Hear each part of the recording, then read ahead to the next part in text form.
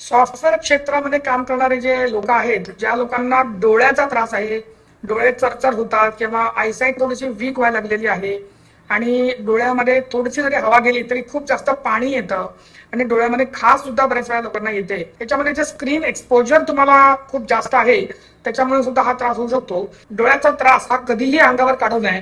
लवकरात लवकर जवळच्या डॉक्टरला जाऊन आपण भेटायलाच पाहिजे. त्याचबरोबर न्यूरोथेरपीचा एक छोटासा उपाय आपण घरी करू शकता. हा औषधांना पर्याय म्हणून अजिबात नाहीये. औषधांच्या सोबत तुम्ही हे करून बघू शकता. ह्याच्यामध्ये कानाचा मागचा जो भाग आहे हा, या भागामध्ये डाव्या हाताच्या अंगठ्याने डाव्या कानाच्या मागे ह्या भागामध्ये वरनं खाली अशा पद्धतीने हलक्या हाताने घासायचंय आणि हे फक्त 4 वेळा करायचंय.